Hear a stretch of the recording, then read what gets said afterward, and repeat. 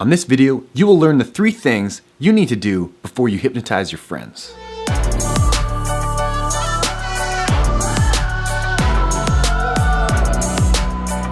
Hello everyone, my name is Hadlen, the hypnotist, and I'm in the business of creating memories and changing lives. Now let's jump right into the 3 things that you need to learn before you hypnotize your friends, with a bonus tip at the end, so stick around. Number 1, confidently communicate your relationship with hypnosis. Be able to straight up say that I'm a hypnotist. Be able to say it just as confidently as you say your own name. Begin by telling your friends and your family that you're learning hypnosis. When you meet a stranger, simply say, I'm a hypnotist.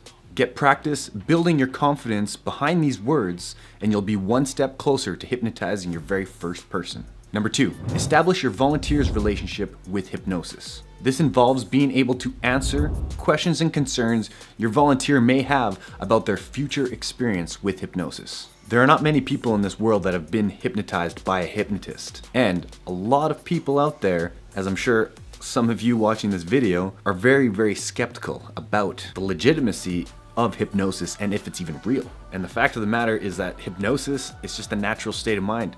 Every single person on this planet experiences the state of hypnosis every single day.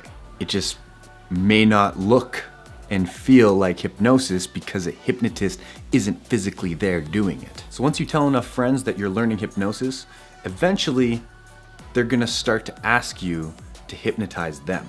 They may even challenge you to hypnotize them. But here's what you say. Not right now, I'm still learning, but there will be a time when I hypnotize you. See, what this does is it builds anticipation in your friends and makes them understand that it's not just something that you learned overnight and that you're practicing it. And once you finally do hypnotize them, it will work. And every time they ask you from here on out, you keep telling them, not right now, but soon. And you keep alluding to it and you keep building that anticipation in your friends' minds. And just continue talking with them about how you're learning more and more and how one day you will hypnotize them. And you see, by saying that, you're actually giving them the suggestion that you will hypnotize them at a future date. So you're already putting it into their minds that it's gonna happen. Number 3, building your relationship with your volunteer. See, now this is the most important part of everything. You need to be able to build rapport with your hypnotee, and they need to trust you and they need to have confidence in your ability to hypnotize them. As you progress, your conversational skills will enhance and it'll become easier and easier to build rapport with people, if it isn't already. So that's why hypnotizing your friends first is so much easier than hypnotizing a stranger. Continue to hint at your progress in your hypnosis training to your friends and get them excited for the day that you finally do hypnotize them. Once you hypnotize a friend, then you can progress to hypnotizing a stranger. However, if you're already confident in your social skills to speak with strangers, you may want to just skip straight ahead to hypnotizing a stranger. It's up to you, really. There are many ways to build rapport with a stranger, and there's so many that I could make an entire video on that subject, which I probably will in the future, so hit subscribe right now if you're down for that. The first thing I would try is mirroring. So when you are speaking with a stranger or friend, even a family member, if they cross their legs, have your legs crossed. They don't have to be crossed the same way. If they take a sip of a drink, do the same as well. But just don't do it to the point where you're like exactly movement for movement copying every single thing they're doing, because then it's just a little bit weird. You only want to do a few things, and then eventually what happens is that you mirror them enough, and then subconsciously they will start to mirror you. So then you have your legs crossed, and then all of a sudden you put your legs down, you sit back, and they follow suit. It's pretty cool. So those are the 3 important things that you need to know before you hypnotize your friends.